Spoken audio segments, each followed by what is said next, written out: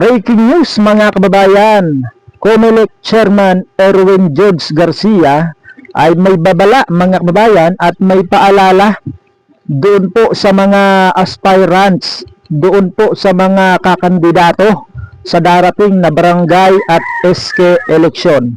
So, ito po ay may kaugnayan mga kababayan doon po sa mga kakandidato na maagang mga ngampanya. Yan po ang babala ni Chairman George Garcia. Kaya hinikayat po niya ang publiko na kung may nakita nga kakaiba sa mga ginagawa ng atin pong mga aspirants ay i-postan niya sa social media. So ngayon po ibabasahin ko mga kababayan ito pong post ng 103.1 Brigada News FM Palawan. Ipinost po nila ito 6 days ago na mga kababayan. Ito po ay may kaugnayan doon nga po sa premature campaigning na ginagawa ng iilan na mga aspirants. So ito po, babasahin ko po sa inyo. Kalukuhan ng mga kakandidato i-post sa social media. Yan po yung bilin ni Chairman George Garcia sa publiko. Hinihikayat ng Commission on Elections, COMELEC, ang publiko na i-post sa social media ang anumang katiwalian, vote buying, at iba pang hindi kaaya-ayang gawain ng mga aspiring candidates tuwing halalan.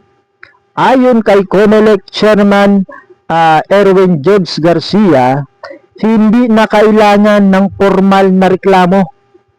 Maaring isumiti o i-post na lamang ang kakaibang gawain ng mga aspirants sa social media at ang COMELEC na ang bahalang mag-verifika ng nasabi pong gawain o kakaibang gawain nito pong mga kakandidato tuwing halalan mga kababayan.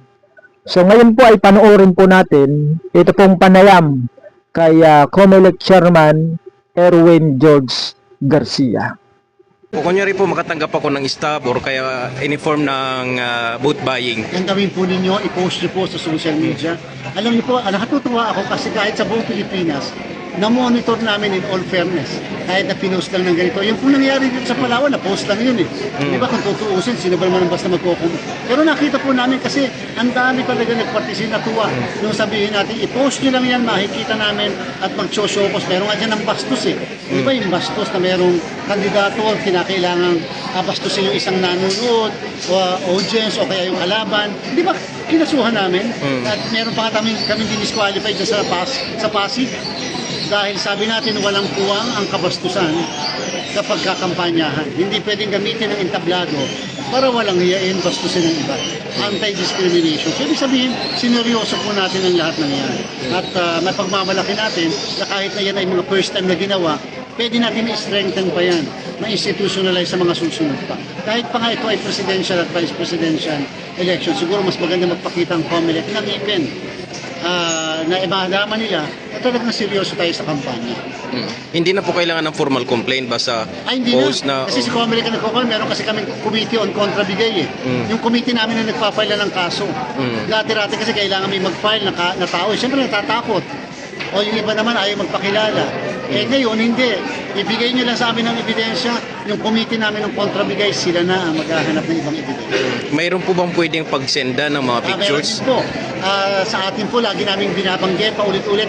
Madami po kaming social media pages. Yung mga accounts. So doon, pwedeng ipadala nyo lang po lahat. Pati po yung mga pwedeng text lang. Kasi po ang ginagawa namin, pag may na-receive kami, base doon sa order procedure namin, sa guidelines, amin kaagad i-inform ang lahat ng local COMELEC na may involvement kasi meron po kaming tao na siyang in charge sa kontrabigay doon sa mismong opisina na yan. Okay, sige. So ayan po mga idol at mga kababayan, narinig at napanood natin mismo sa chairman ng COMELEC na si Chairman Erwin George Garcia na talagang inaaksyonan po nila ang bawat reklamo na ipinaabot sa kanila. Kagaya nga po daw ng nangyari dyan sa Palawan na siniraan yung isang kandidato, mga kabayan. Yan po ay bawal, mga kabayan. At ganun din po yung maagang pangangampanya, mga kabayan. At lalong-lalo na yung vote buying, mga kabayan, at talagang talamak, mga kabayan, ha. Hindi lamang dito sa aming lugar, kundi maging sa iba't ibang lugar, mga kabayan, ay talamak talaga yun pong bintahan ng boto. Kaya hinihikayat po ng chairman ng COMELEC na kung may nakita yung publiko na hindi ka nais-nais na ginagawa ng mga kandidato, ay maaari niyang ipadala o i-post sa social media yun pong hindi ka nais-nais na gawain ng ating mga kakandidato, mga bayan. So ngayon po, mga kabayan, ay magbabasa tayo ng komento ng ating pong mga kabayan patungkol po sa post na yan o sa balitang yan nitong Brigada News FM. Ito po, sabi ni Cap Alvin Hempes, nako, tagal na yan, kalakalan na ng iba yan. Kalakalan na daw. Marvick Go, dito sa barangay namin ay never na nagkaroon ng vote buying. Sana all, sana all talaga. Hindi lang ako sure. hindi lang pala sure siya. Dahil iba na ang chairman kung mangyayari ito. Knowing na magaling manuhol ito. Ayan ako. That's right, hindi para manira sa halip pagtulong sa barangay ang kailangan.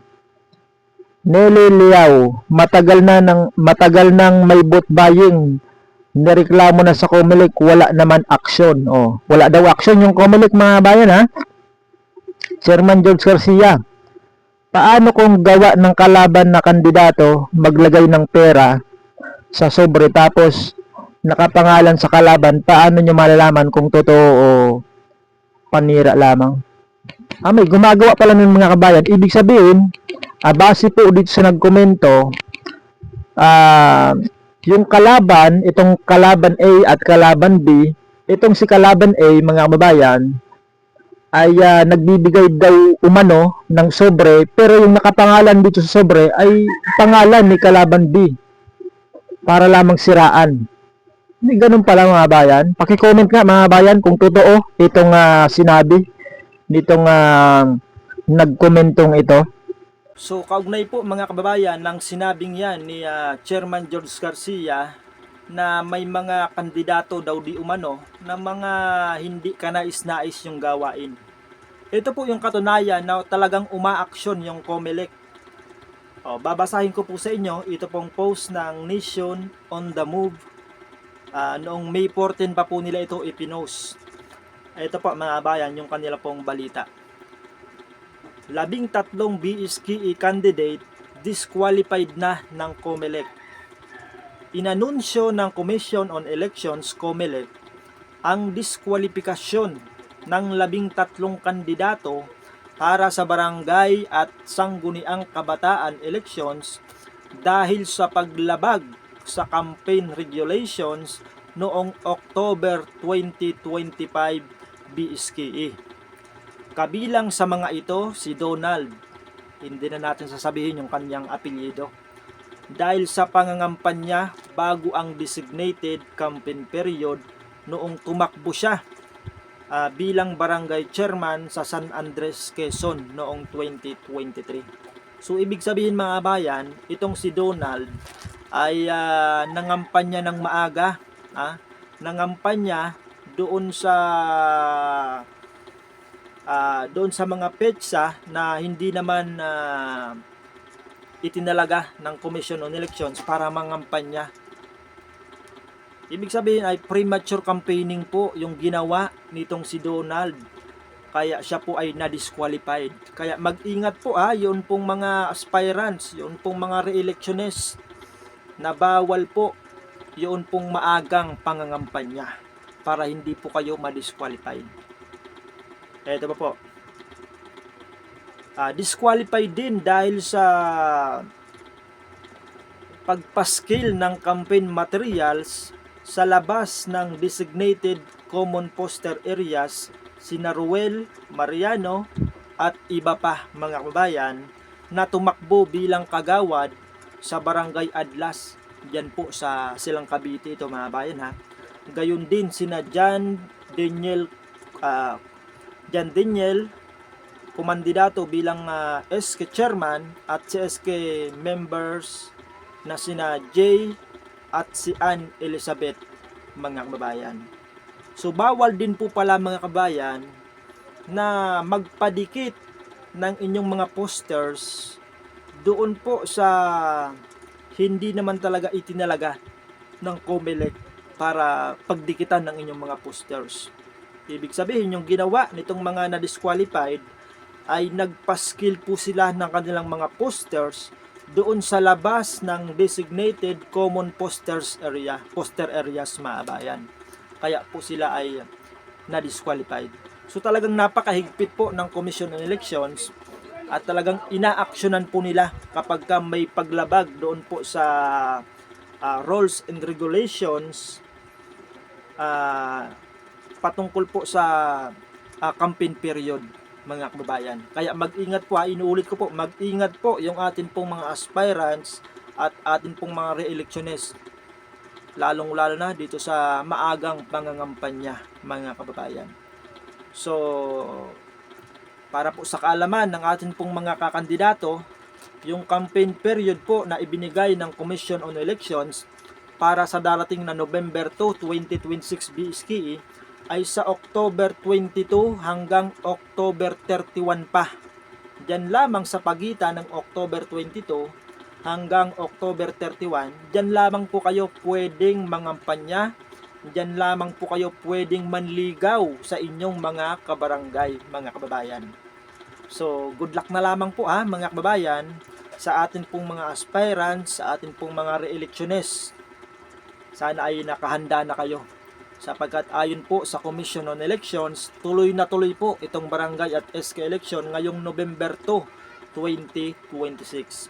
Kaya maghanda-handa na po kayo mga idol at mga kababayan. So yan muna yung ating balita ngayon. Maraming salamat po sa inyong panonood at magandang araw po sa ating lahat mga idol at mga kababayan.